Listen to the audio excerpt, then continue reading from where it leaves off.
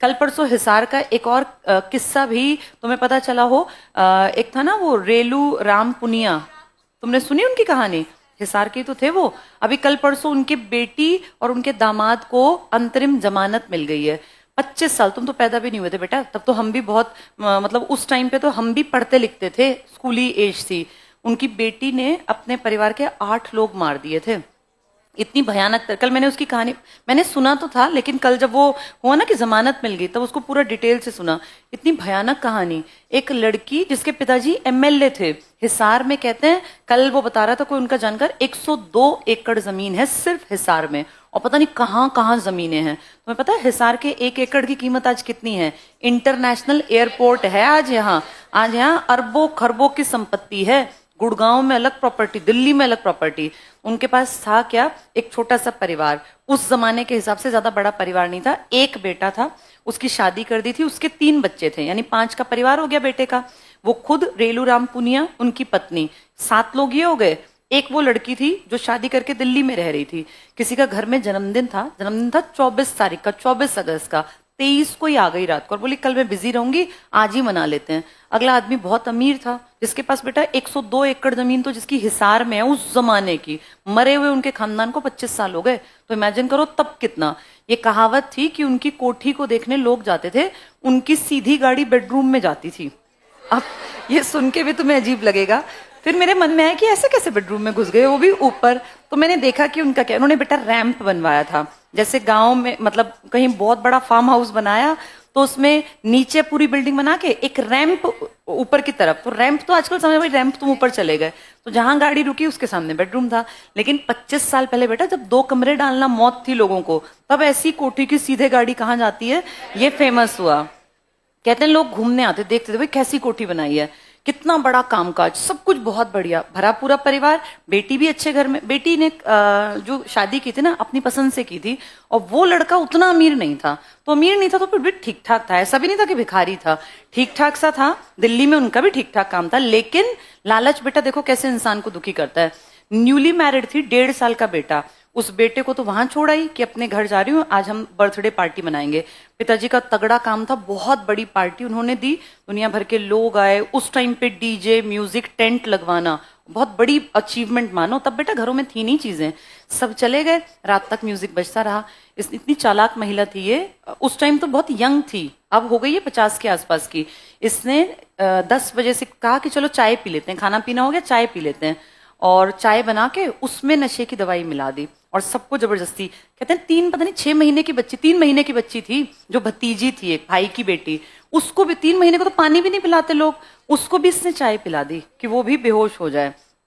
उनके पास जो बेटा या बेटी जो भी था, और जब 10 मिनट बाद उसको दिखा ना कि सब अपने आप नहीं पी, कितनी चालाक ना, उसके पति ने पी वो चाय, और उन सबको पिला के एक उसकी किस्मत खराब थी, एक कजन भी आया हुआ था, वो भी उसी दिन वहां रुक गया कि आज यहीं रुक जाता हूँ, इस लड़की का कजन। और रात में जब वो बेहोश हो गए 10 एक मिनट बाद, मतलब 11 बजे के आसपास, जब पूरी तरह ये हो गया कि हाँ बेहोश हो गए, तब हर एक को देखा कि सब सो गए, सो तो क्या गए बेहोश। फिर अपने पति को कहा कि इनको मार दो। वो गोली और पिस्तौल लाए हुए थे, बेटा अमीर लोग पिस्तौल पिस्तौल रखते ही हैं, तो उसने कहा गोली तो 6 ही है और ये हैं 8। तो अपने पति पे मतलब कितनी अजीब बात है, वो लड़की अपने पति पे चिल्ला रही है। कल मैंने पूरी कहानी सुनी उनकी, कहते तुझे अकल नाम की चीज नहीं है, ये 8 थे तो 2-4 गोली और रख के लाता। तो उसने कहा अब क्या करें भाई, अगर 6 को मारेंगे तो 2 बताएंगे कि हम भी थे यहाँ, ये किसी को, उस टाइम सीसीटीवी वगैरह नहीं थे बेटा, किसी को क्या पता रात में कौन मार के भाग गया। तो इन्होंने फिर, ये लड़की इतनी ज्यादा अजीबोगरीब दिमाग की लड़की थी, अपने घर में एक रॉड रखी थी बड़ी लोहे की, इसने कहा रॉड से मार दो सबको। और वो लड़का मना कर रहा है, वो कह रहा नहीं मैं नहीं मारूंगा, कोई क्रिमिनल थोड़ी ना था, ठीक ठाक लड़का था वो, तो कह रहे नहीं मार दे, और नहीं मारेगा तो ये कल फिर बताएंगे सबको कि हमने गड़बड़ की, भाई हमने ऐसे कुछ पिला दिया कि बेहोश हो गए। तो उस लड़के को वो प्रमोट करती रही कि इसको मार दे, और सबसे पहले अपने फादर को उसने मरवा दिया, लोहे की रॉड बेहोश आदमी के सर पे, और बोली 1-2 में कहीं जिंदा रह जाए, 4-5 रॉड मारना ताकि सर फट जाए और जीने का कोई आसार ही ना रहे। बेटा जिसने पाल पोस के बड़ा किया, सोचो हाथ पकड़ के चलना सिखाया, पढ़ाई लिखाई काबिल बनाई, उस बाप को लड़की वहां खड़ी है, उसका पति मार रहा है। उल्टा हो तो समझ में आता है कि पति मार दे भाई, लालची था, कोई लगाव नहीं था। लड़की खुद उसको कह रही है कि मार मार, उसको मारा। फिर अगले कमरे में गए, उसमें उसकी माँ थी, जैसे माँ से लड़कियों का कितना ज्यादा लगाव होता है। ये कहावत है कि माँ ना हो तो मायका भी नहीं होता, कि माँ है तो आपका घर आपका है। उस माँ को उसने मरवा दिया और बोली अपने पति को कि मेरा भाई जो है ना हट्टा कट्टा तगड़ा है, ये जल्दी नहीं मरेगा, तो इसको सबसे लेट मारेंगे और ज्यादा मारेंगे ताकि ये 100% मर जाए। मतलब अब तुम्हें हंसी आ रही है बेटा, जब मैंने सुना ना मेरे मन में आया कि यार कैसी लड़की थी, इसको अपने बाप से भाई से, ये तो हमारे इंडियन कल्चर में तो ये होता है कि लड़की के अगर हस्बैंड की भी डेथ हो जाती है ना, तो एक कहावत है कि भाई है तो वो विधवा नहीं मानी जाती, कि जब तक भाई या बाप खड़ा है तो लड़की एक सपोर्ट सिस्टम मानती है। और वो अपने पति के हाथों अपने पिता को, अपनी माँ को, फिर अपनी भाभी और तीनों बच्चों को मरवा दिया। और वो जो छोटा बच्चा था ना, उसको तो कहते हैं कि पकड़ के उसके पैर और दीवार पे मारा कई बार, कि 3 महीने का बच्चा। मतलब किसी के मन में भी, वैसे रास्ते में भिखारी हो ना बेटा, उस पर भी दया आती है कि बेचारा कैसे ठिठुर रहा है, कितनी ठंड है या गर्मी है। उनको मार के फिर लास्ट में अपने भाई के पास गए और भाई को इतना ज्यादा बुरी तरह से मारा कि कोई उसका चांस ना बचे, क्योंकि वो थोड़ा हेल्दी था, हट्टा कट्टा था। सबको मार के, और कैसी वाहियात लड़की थी वो, अपने पति को बोली कि अब हम कहीं फंस जाएं तो तू एक काम कर, मुझे भी ऐसी रॉड मार दे कि मैं बेहोश हो जाऊं, और फिर जो है तू भाग जाए यहाँ से। और उसने ऐसी रॉड मारी कि वो बेहोश हो गई, पता नहीं एक्टिंग कर रही थी या बेहोश हो गई। फिर सुबह जो उनके नौकर चाकर आए, सुबह के टाइम नौकर चाकर आते थे, तो उन्होंने देखा कि सब मरे पड़े हैं, खून ही खून, फर्स्ट फ्लोर सेकंड फ्लोर। फिर एकदम से हा हुल्ला हुआ, पुलिस आई, तो स्टार्टिंग में सबने कहा 9 लोग मार दिए किसी ने, पूरा परिवार खत्म कर दिया। तो किसी विरोधी ने मारा होगा, दिमाग में ये आता है। पॉलिटिक्स में बेटा हमेशा विरोधी मारते हैं, ऐसा 99.9% ये चांस है। और वो लड़की भी वहीं पड़ी थी, तो सबको लगा कि 9 लोग मर गए। यही खबर फैली कि 9 का मर्डर कर गया कोई 9 का। तो जब वो देखा ना उठा के, तो देखा इस लड़की की सांस चल रही है, तो फिर उस लड़की को उठा के ले गए। उस दिन तो बयान नहीं हुए। अगले दिन बोली पता नहीं किसने मुझ पे वार किया, मुझे कुछ नहीं पता, हमने तो चाय पी थी, उसके बाद मुझे नहीं पता क्या हुआ। ऐसे प्रिटेंड किया कि जैसे मैं जानती नहीं हूँ। वो तो बाद में बेटा पुलिस उनके घर पहुंची, हर चीज की तफ्तीश की, खोजबीन की। तब कैमरे नहीं थे, कोई साधन नहीं था पता करने का। तो ना उस लड़की की एक डायरी मिल गई, उस डायरी में एक लेटर मिला। तो डायरी तो थी नॉर्मल, रोज की कुछ लिखती होगी अपनी। तो उससे पूछा फिर अस्पताल में लगे, ये डायरी आपकी है? बोली हाँ। फिर उन्होंने वो लेटर दिखाया, वो मैच किया, बोला तो लेटर भी आपका है। उसमें लिखा हुआ था मैं अपने माँ बाप से इतनी नफरत करती हूँ कि मैं इनको मारूंगी। ये लिख के वो कभी, और उसने रखा होगा, वो लेटर पकड़ा गया बेटा। उसके बेसिस पर फिर उसके पति को उठाया, उसके पति को पीटा। वो थोड़ा डरपोक था, उसने कबूल कर लिया कि हाँ मैंने मारा है। ये लड़की लास्ट तक भी अड़ी रही कि मैंने नहीं मारा।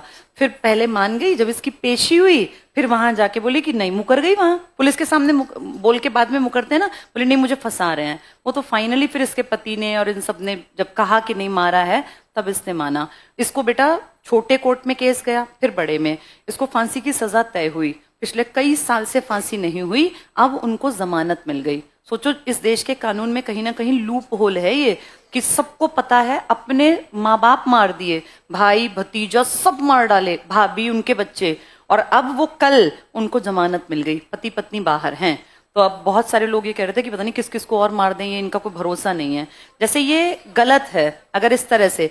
कुछ लोग कह रहे थे कि उन्होंने मर्सी पिटीशन डाली थी, ये थी ना प्रतिभा पाटिल, उसके टाइम पर उस टाइम पे तो शायद मिली नहीं थी। अब ये ऐसा केस है, इसके ऊपर एक डिस्प्यूट बनेगा कि अगर कोई ऐसा करके अगर छूट रहा है तो ये तो अगलों को शय मिल गई कि कोई किसी को मार दो, 20-25 साल बाद छूट जाओगे।